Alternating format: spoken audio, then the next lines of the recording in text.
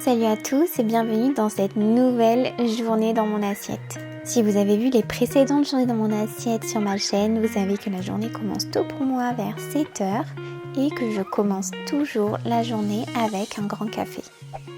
Pour mon petit déjeuner, je vais prendre 2 œufs, un carreau de chocolat noir 85%, une banane et du pain de mie complet sans sucre ajouté. Ah oui, et un peu de stevia.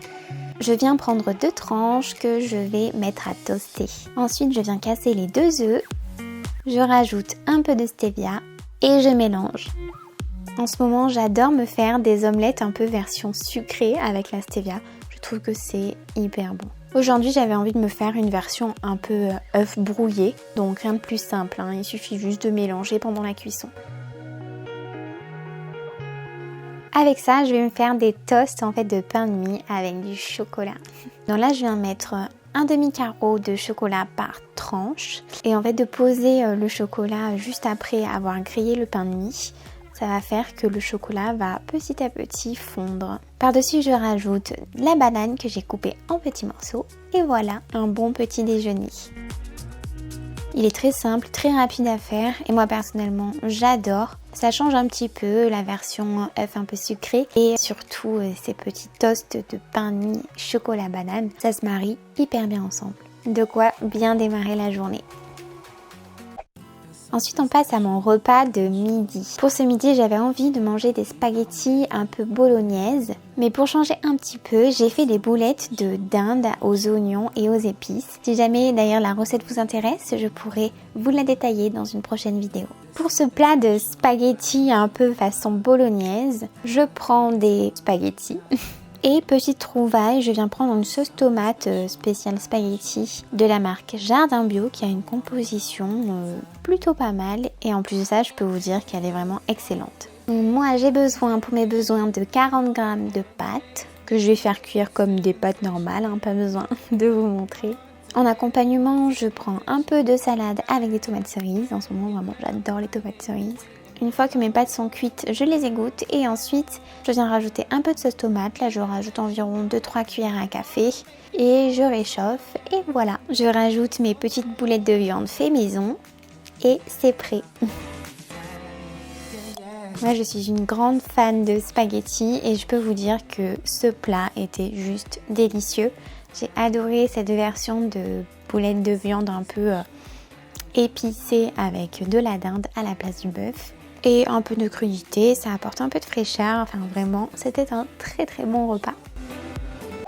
On passe au troisième repas de la journée, le goûter. Donc là pour ce goûter, j'ai un petit peu innové en essayant vraiment une toute nouvelle recette que je n'avais jamais fait et je vais vous la montrer tout de suite. Alors pour ça, j'ai pris un œuf, j'ai séparé le blanc du jaune. Au jaune d'œuf, je rajoute 100 g de skyr, 15 g de poudre de noisette, 100 g de purée de fruits pommes fraises sans sucre ajouté. Et petit aparté, celle-ci, si vous la trouvez, il faut absolument la goûter, elle est délicieuse. Je mélange un petit peu. Je rajoute 50 g de farine de riz blanc, un demi-sachet de poudre à lever.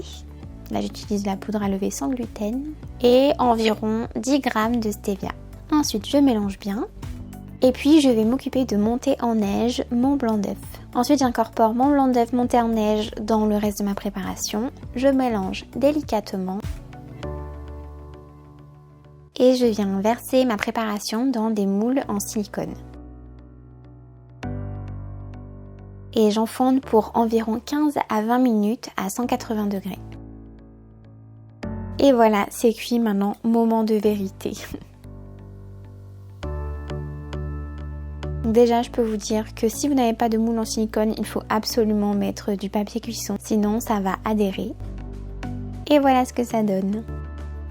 Alors au niveau de la consistance, c'est vraiment hyper léger, très très aéré. C'est un peu déstabilisant, mais on dirait vraiment un nuage quoi. Du coup, je pense que je vais appeler cette recette le muffin nuage. Vous en pensez quoi ? Au niveau du goût, on sent vraiment bien et ça je suis trop contente. La purée de fruits pommes fraises, ça apporte vraiment un super goût sucré en plus de la stevia. D'ailleurs je me demande si la stevia est vraiment utile parce qu'on sent vraiment le goût de la purée de fruits. La prochaine fois j'essaierai sans et je vous dirai. Et pour ceux qui se posent la question, oui, tout ça c'est que pour moi et pour un seul goûter. C'est vraiment une bonne recette que je garde et c'est pour ça d'ailleurs que je vous la partage. Et on passe au dernier repas de la journée. Donc là, jusqu'à présent, j'ai bien respecté mes macros sur toute la journée, mais aujourd'hui, c'est un cheat day. Du coup, ce soir, je vais vous partager mon repas cheat meal. Alors habituellement, quand je fais un cheat meal, je compte pas les calories, je compte pas les macros, mais je trouvais ça intéressant pour la vidéo de tout vous montrer en fait. Du coup, j'ai calculé exprès.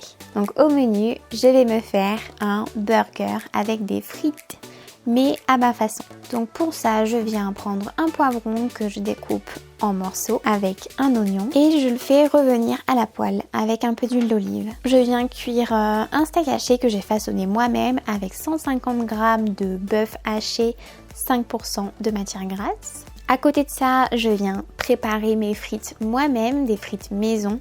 Et pour ça, j'ai une petite recette que j'adore et d'ailleurs je vous mets dans le petit i en haut à droite de l'écran la vidéo que j'ai consacrée exprès juste à ces frites parce que vraiment elles valent le coup. En attendant que tout finisse de cuire, je mets à griller au four quelques minutes mon pain à burger. Donc là c'est pas un pain fait maison, je l'ai acheté tout fait.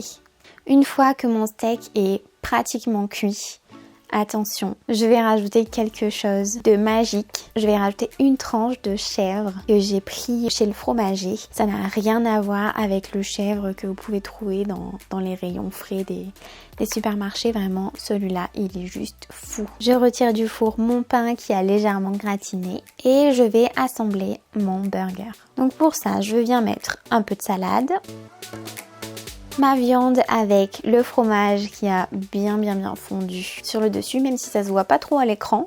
Je vous assure qu'il était tout fondant. Au-dessus, je rajoute mes légumes que j'ai fait revenir à la poêle, c'est-à-dire mes poivrons et mes oignons. Donc j'hésite pas à en mettre. Et ensuite, je rajoute un petit peu de ketchup parce que le ketchup c'est trop bon. Et voilà. Donc vous voyez mon assiette, il y a mes frites maison, il y a 200 g de pommes de terre, mais je vous avoue qu'en préparant j'ai un petit peu commencé à les manger. J'en rajoute un petit peu de salade et voilà mon petit cheat meal.